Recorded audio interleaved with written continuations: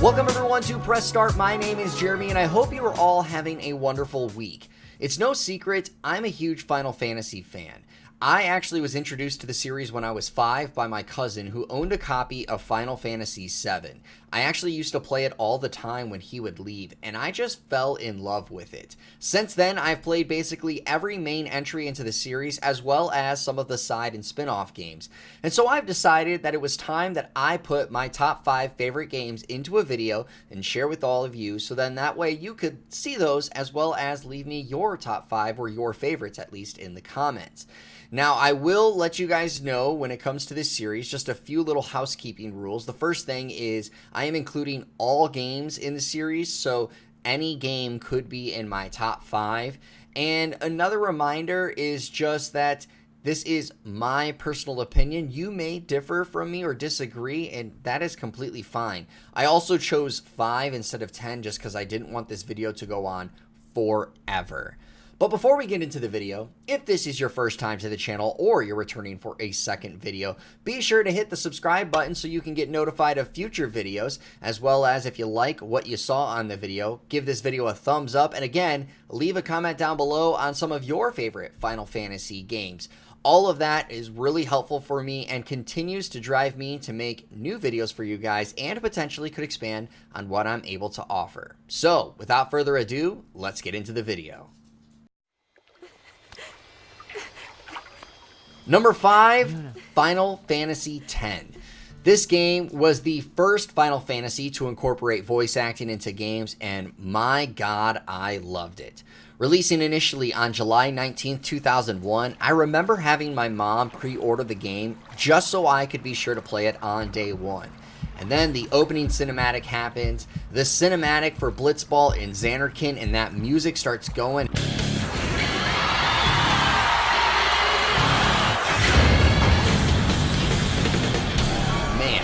I fired up for the journey ahead. Now I know this game is very popular, but it is also very polarizing among what I'd term Final Fantasy elitists. Many did not like how linear the game was, especially with how open world the games were prior to this, as well as some fans were not entirely happy with the voice acting. The infamous Tidus laughing scene as one example.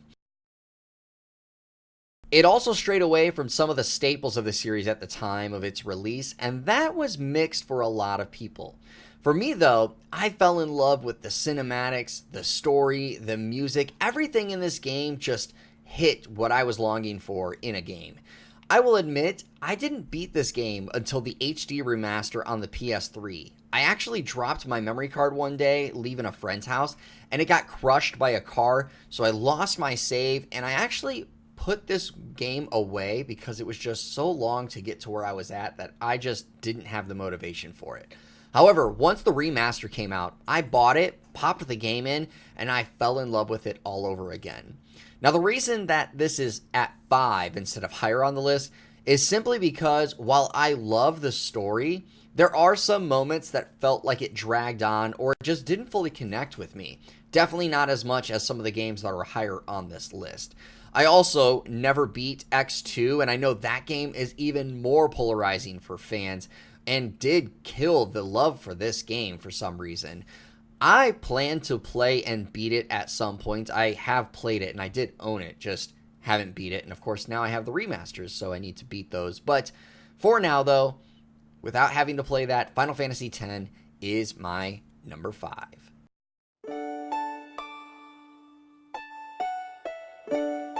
Number 4, Final Fantasy VI.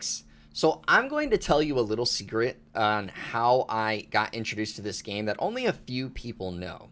So I had been hooked on Final Fantasy because of 7 and 8, and of course I wanted to play more. So while I was visiting my family out of state, I told my cousin there about the great series called Final Fantasy. So we went to the nearby gas station where you could rent some games, but there they only had the Final Fantasy Anthology Collection. And I told my cousin, oh yeah, these games are great. I've already beat this one, but we should go ahead and rent it. Knowing full well I hadn't played this, I hadn't even heard of it up until this point, and I didn't know that it was 2 games. So we went home, we actually put the 6th one in first, and guess what? I hated it. I actually hated it. It was nothing like 7 or 8, and I was so young at the time that I just was so mad about that. It wasn't until years later, when I was probably around 10 or 11, that I actually started to appreciate the game. And the more I played it, the more I loved it. To me, Terra is still the best female character in the Final Fantasy universe, and I'm not sure if that will ever change in my mind. I also cannot say enough about how great a villain Kefka is. I mean, there's a reason many call him the greatest villain in the series, myself included. While of course this game follows the old ways of RPGs, so not telling you where you need to head on the map, and also not telling you the names of towns that you see on the world map, it's still a wonderful experience, and for me, the character development is outstanding. I feel like this game would be higher on my list simply if I had come across it when those games were more popular. For me, that was my biggest criticism, and it still is.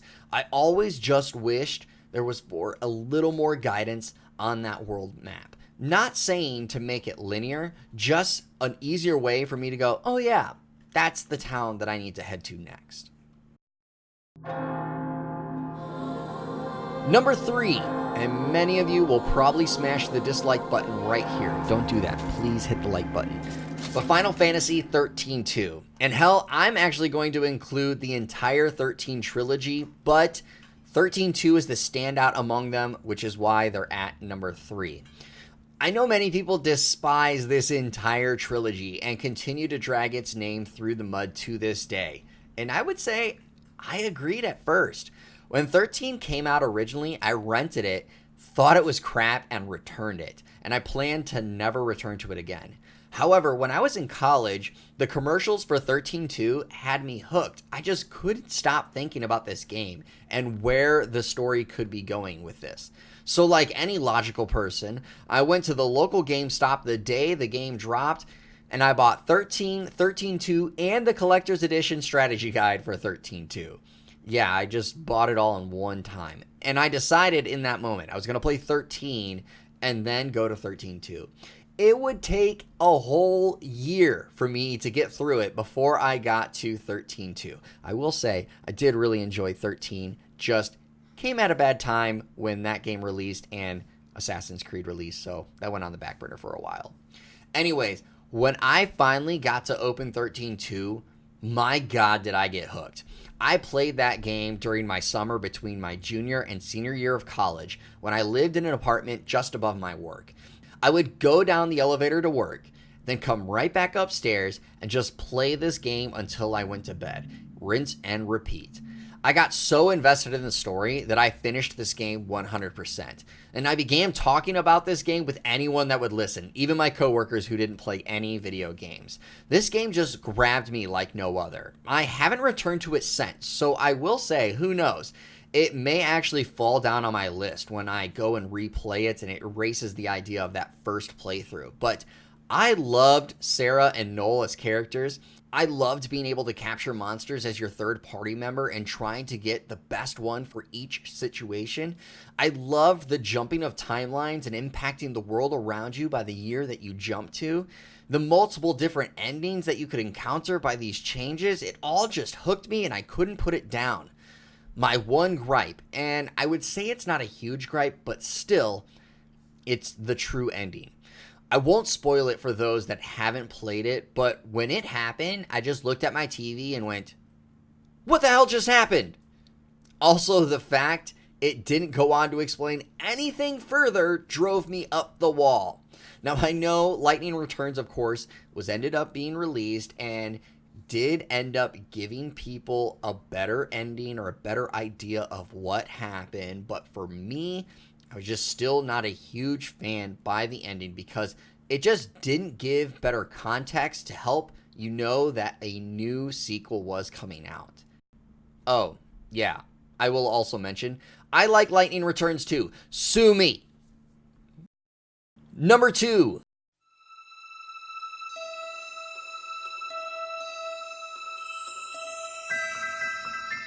Final Fantasy Tactics. I mean, how could this game not be on my list and possibly any Final Fantasy fans list?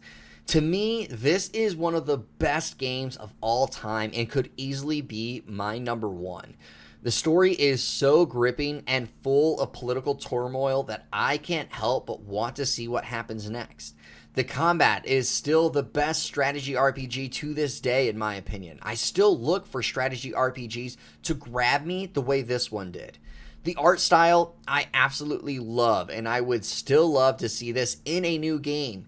And the difficulty, for me, is so perfect. I never felt it was overly hard and couldn't be attained by some grinding. Now, I know many people hate when you start talking about grinding, but to me, that's a given in most RPGs, so it's just a matter of how much grinding is necessary. And for me, Tactics gave that right amount because I loved unlocking the new classes for my units. There was also ways to help cheat the system to grind faster, but maybe some people didn't figure that part out. I really wish we had a true sequel to this game.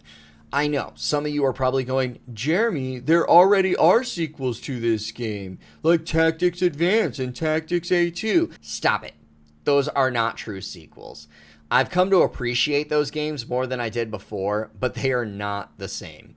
My only reason that this is probably not my number one, I simply never beat it. There are a number of reasons why it never happened, but to put it simply, there was just too many games out at the same time. As I was heading to beat this game, I went to go play those ones, and I just never came back to finish it. Also, my memory card got corrupted when I went to go back, so that also played a factor. But please, Square, make a sequel. Or, at the very least, port this game to the Switch. And number one,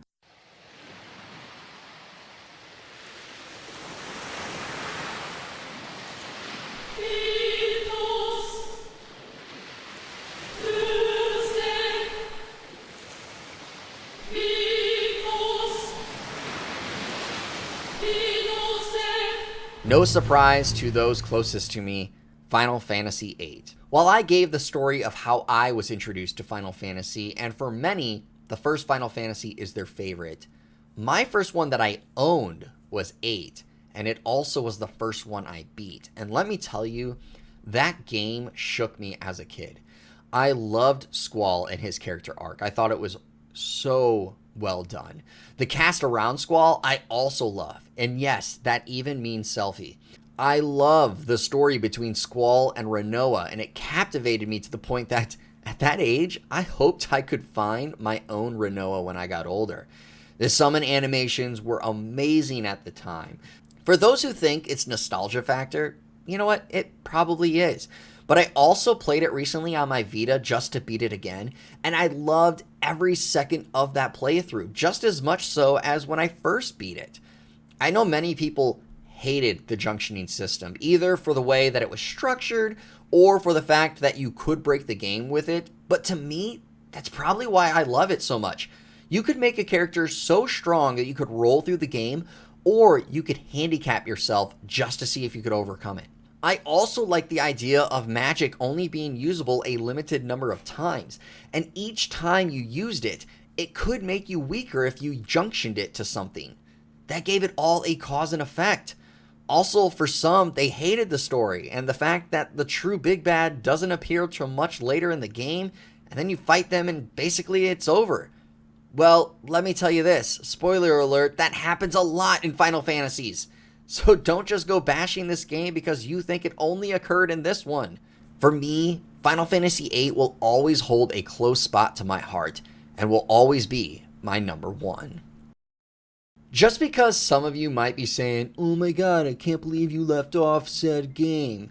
Let me just give you a quick clarification, and I know which one it is. 9 is not here simply because I haven't played it enough. Growing up, I didn't own it, and when I was younger, I got stuck at the end of Disc 2, I think it was, and I just never was able to get back to it, and even to that point, the game hadn't really resonated with me. I currently own it on Switch and do plan to complete it, so who knows, maybe it will shake up the list and deserve a new video as an update. However, for now, That's all that we have on this video. If you liked the video, give it a thumbs up and leave a comment down below. Also, hit that subscribe button and consider hitting the bell notification so you can be notified of every time that I post. Thank you again for watching, and as always, remember, your gaming news starts here.